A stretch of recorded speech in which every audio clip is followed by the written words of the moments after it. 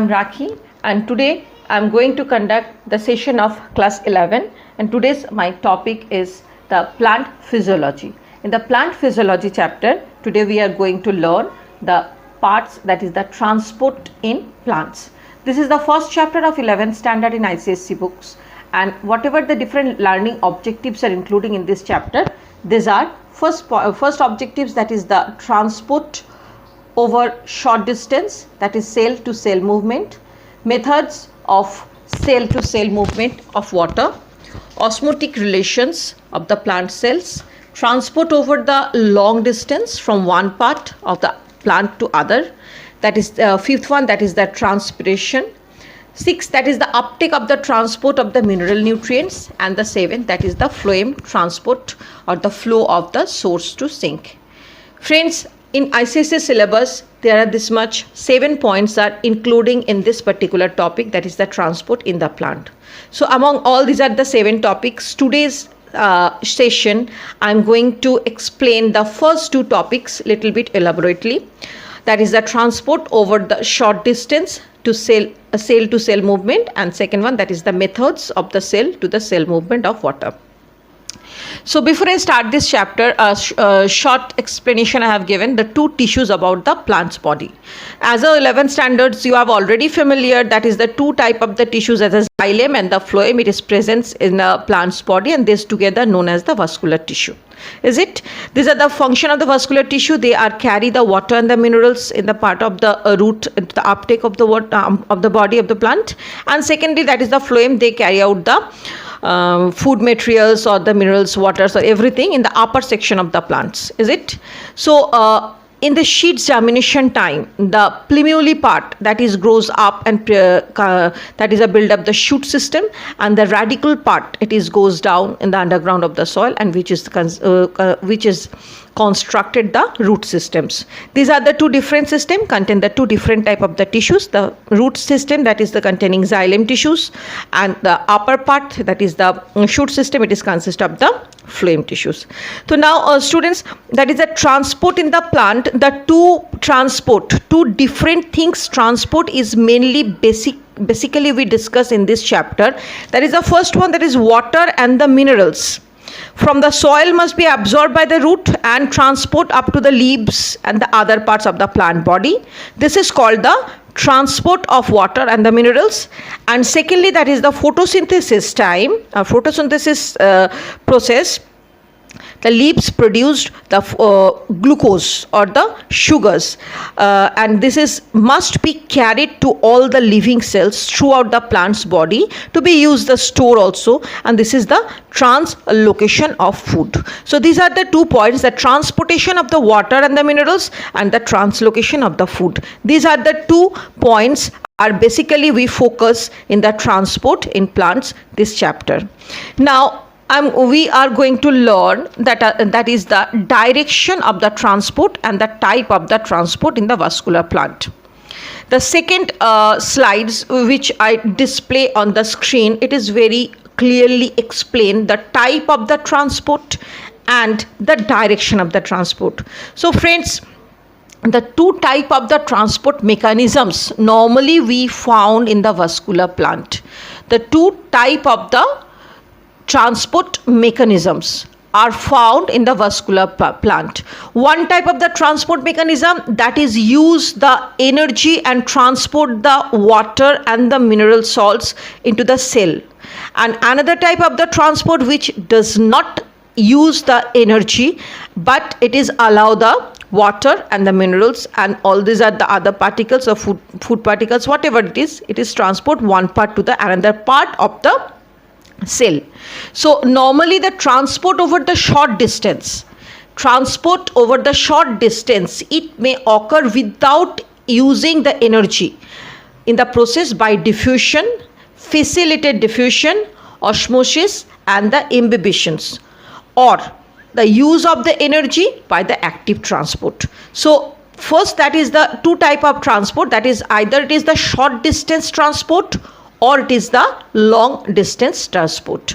If the transport particularly take place in a particular one organs, in the one part, suppose the transport take place inside the root cell, only, or the transport take place in the leaves or in the shoot part or in the nodes, internodes part, or the short part or the partial part of the plant or the short part of the plant. In that of the cases, these two phenomena maybe take place. First one, that is either the using of the energy, that is the active transport process, mainly the ions, the salt ions, these are transported from the one medium or the another medium, or so called, that is that's transported into the cell membrane. Using energy means using ATP, and these are the molecular transported over there. Or without use the energy, without use the ATP, the transmission also take place in process of diffusion, facilitated diffusion, osmosis, or the imbibition process. So that is the process mainly for the responsible of the short distance transport. And the secondly, that is the long distance transport. This is also these are the things are applicable, but the long distance transport, mainly specific tissues are responsible for that one, and these are transport may be connected each other with the phloem and the xylem. I mean, vascular systems are conjugated together and performing the systems. Okay, so over the long distance transport, that is the transport known as the bulk transport.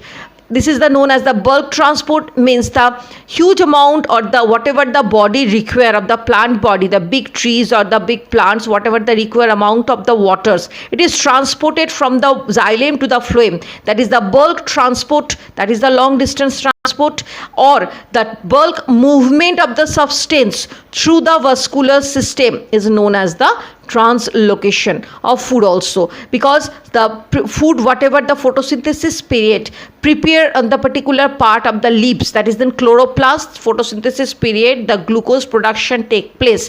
This glucose is not only used the whole part of the body, some part of the glucose is converted into the starch and it is stored in the different parts of the body of the plants. So both cases, wherever the storage cases or the different parts of the body and the plants, the glucose transmitted here one place to the another place, that is known as the translocation of food. So bulk amount of the waters or the bulk amount of the food are transport one part to the another part. This is including in this point, that is the transport over the long distance. And the two vascular tissues, special two type of the vascular tissues are vascular cells together, that is form the vascular tissue or vascular system.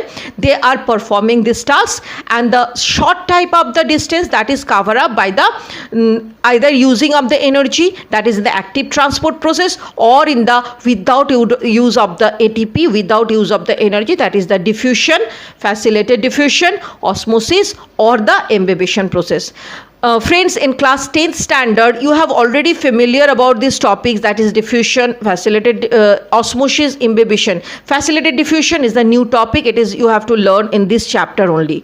So one by one, I just explain all these other topic. But before that, one more things I want to just focus here in this particular topic, that is the direction of the transport. Friends, there are the two type of the direction mainly take place in the plant transport system. Two direction means either it is the unidirectional transport, means only the one direction the movement of the molecules take place.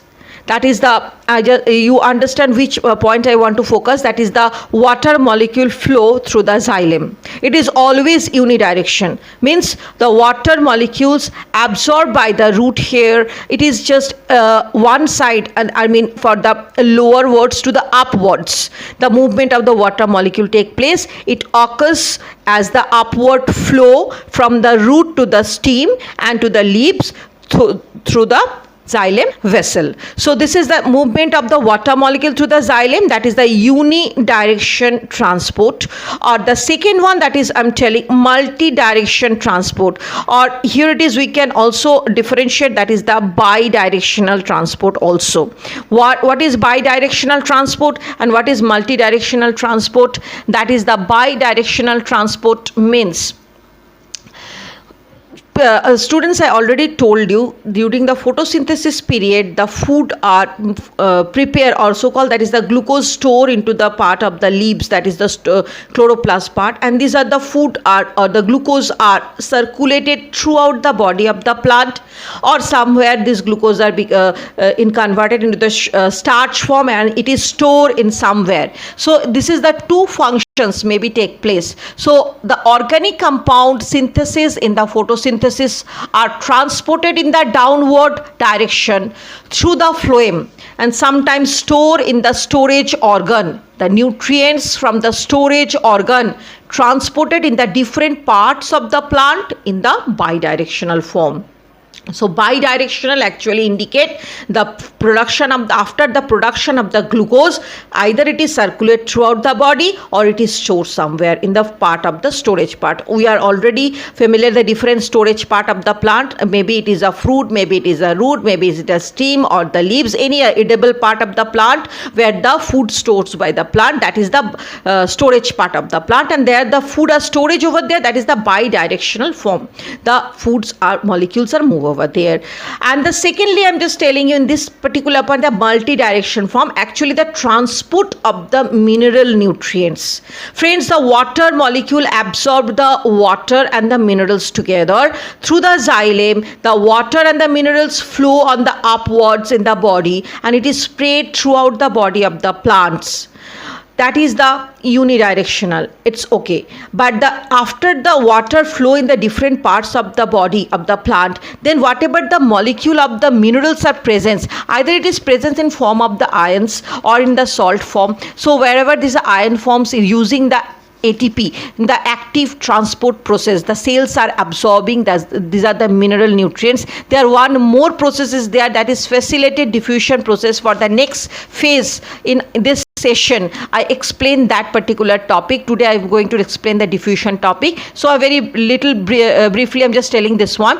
Whatever the minerals are present in the nutrients part, these are the minerals are spread throughout the body of the plant, that is are indicated by the multi-directional form. So I hope these are the three forms of the transport direction is clear. The first I am telling unidirectional, that is the molecular movement of the water through the root system in the through the xylem, you can so call that is root system, means I just indicate the xylem one. And second one, there is a bidirectional, means after synthesis of the food, this food are spread throughout the body and somewhere it is converted into the starch and stored in some other part of the plant, that is the bidirectional.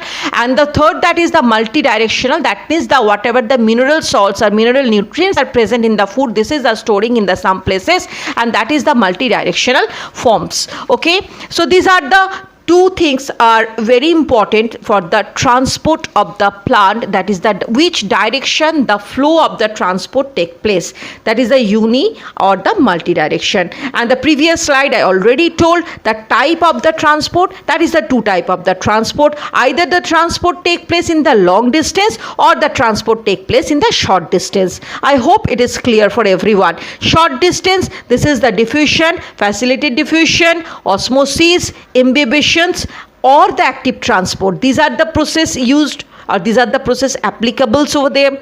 Active transport, it is use the ATP energy, and other three transported, they don't use the energy but they just transport the water molecules, and the mineral salts also be there. And wherever the distance comes for the long distance from the root system to the top of the shoot systems, the two vascular specialized tissue or specialized cells are performing together. We have already familiar the four different type of the cells of the xylem and four different type of the cells of the phloem are present in the whole vascular system, which carry the water molecules as well as the food molecules are spreading here and there. So on the body of the plants, the long distance transport, that is known as the bulk transport, and the bulk movement of the substance through the vascular system is known as the translocation or the translocation of the food, so called that one. So now our second topic in this chapter, so called the second objects we are going to start, that is the movement of the ions and the molecules or the transport over the short distance. So friends, today we are going to learn in the short distance form. There are the four different type of the process which is without use of the energy, how the water molecules and the minerals are passes through the different parts of the cell, or the cell to cell they move. Okay, the movement take place. So here which are the molecules are passes throughout the body of the plant without using the energy or without use the ATP. This type of the transport is known as the passive transport. I repeat once again, the transport process, that is diffusion, facilitated diffusion, osmosis and imbibition. These are the process, they don't use the energy to passes the water molecules or the minerals from one cell to the another cell, and these are type of the process or this type of the transport is known as the passive transport, and wherever they use the energy, that is the active transport. So today's our topic, that is the different type of the passive transport. So first topic, that is the diffusion. What is diffusion? In the previous class, in the standard 10th also, you have already familiar about the diffusion. Whenever we talk about the diffusion, the first things comes in our mind, that is the tonicity of the liquid, that means the concentration power. That is the two different liquids, they are the concentration which is higher and which is the lower. Wherever we are talking about the tonicity of the liquids, so diffusion take place from the region of the higher concentration to the lower concentration. This is a very common and very effective process for the not only for the plant or the living process. These are the process normally we can find out in our nature also. Suppose a common example I just given, the scented sticks are burning somewhere, you have get the smell from the another room also, or use the deo or something in your shirt, on your shirt, you can smell the you can get smell from other room also. So all these are the small phenomena, these are also including into the diffusion process. So now our topic, that is the plant translocation. So here this is the diffusion take place from the region of the higher concentration to the lower concentration. Now friends, it is the slow process, and without using of the energy, molecule move from the one place to the another place. A diffusion process, the molecules are moved from the one place to the another place without use the energy, and this is the process is very slow process. Okay, these are the processes not too fast, very slowly and steadily these are the process completed. It is not depend on the living system and provides and process should be continue until the molecules are distributed in the diffusing medium. That means whatever the higher concentration to the lower concentration, unless and until the both concentration level become equal, the diffusion process always continue. So these are the all characteristics, or so called, that is the different types of the modes or different type of the characters in the diffusion process, which is applicable in the plant's body also. And next point, that is the one more important thing in the diffusion characteristic, that is the entropy driven movement. What is entropy driven movement? Actually the diffusion occurs in the liquid and the gas due to the random movement of the molecule, and whenever the molecules are randomly moved from the one place to another place, we already familiar, that is they produce the kinetic energy. So this is the natural process for the movement of the molecule from one place to another place and produced by the kinetic energy. This is known as a entropy driven movement. So in plant's body, for the roots part, wherever the xylem tissues are present over there, they absorb the water molecule in process of the diffusion, but here it is not called diffusion, this is the diffusion as the form of the osmosis, because the basic difference of the diffusion and osmosis is there. That is the diffusion process, there is a no permeable membrane is present over there, or the no semi-permeable membrane is present over there. So permeable membrane is there, automatically there the molecules are easily passes through the cell wall. So for the cell wall, that is the diffusion take place, but when we are talking about the cell membrane, in that part the diffusion not take place, in that place the osmosis take place. In the next phase we are just going to focus on the part, that is the facilitated diffusion, and second one, that is the osmosis process. So here the diffusion, actually I want to focus the cell wall part, where the cell wall part there is a permeable membrane, there is a no semi permeable membrane, so directly the water molecules are entering over there. But friends, I'm telling you, there have also some different type of the procedure take place where the molecules are not entered directly. Here the two words are comes in this particular topic. When I explain the different type of the factors affecting diffusion, that time I will explain that one. So now in this point I just going to say that is the characteristics of what is diffusion and what are the characteristics of the diffusion. Diffusion is the process where the liquids or the molecule are moved from the higher concentration to the lower concentration. It is not only depend on the living system. Diffusion can take place in the non-living movement, and with the gaseous and the liquid movements also the diffusion can take place. And the diffusion process, the random movement of the molecule produce the kinetic energy, so called, that is the entropy driven movement of the molecule. Okay, so this is the characteristics. Now we are going to focus the factors which are affecting the rate of the diffusion. Dear friends, there are the several factors are present in the environment which affect the process of the diffusion, but among all these are the factors, these are the few factors which are affect very properly or the prominently on the rate of the diffusion. The first factor is solubility of the substance in lipids. Before I explain this point, I just want to focus the 2 points over here. One is the hydrophobic and the hydrophilic. Friends, in the different chapters, again these are the topics comes again and again, so please clear this concept of what is hydrophobic and what is hydrophilic. As we already familiar that our cell membrane is made up of the protein, lipid and protein, that means PLP layer, is it? So PLP layer, protein, lipid and the protein layer. Lipid does not allow these particles which is not dissolved into the fats. That is the molecule which is not dissolved into the fats properly, lipids always try to resist this particle to enter into the cell membrane. I'm not talking about the cell wall, because cell wall, that is the permeable, any molecule directly can entering over there, but the cell membrane, that is the part, it is a semi permeable membrane is present, and it is not allow the all the molecules entering directly into the cell. The protein part is there, and then after the lipid part, that is if the molecule, the substance that are soluble in the lipid, okay, these are known as these are directly enter into the lipid bilayer of the cell membrane. Actually this type of the molecule which is directly soluble in the fat, they are all hydrophobic molecule. Hydro what? That means you understand the water. The molecule which is not affinated into the water molecule. So called these are the molecules are not directly mix up or directly not dissolve into the water molecule. So that is the molecules is known as the hydrophobic molecule. And the molecule which is affinated or attracted by the water, that is known as the hydrophilic molecule. I repeat once again, friends, the molecule which is not dissolved into the water and they are not affinated to the water molecule, they don't want to carry with the water molecule, and these type of the molecules are known as the hydrophobic.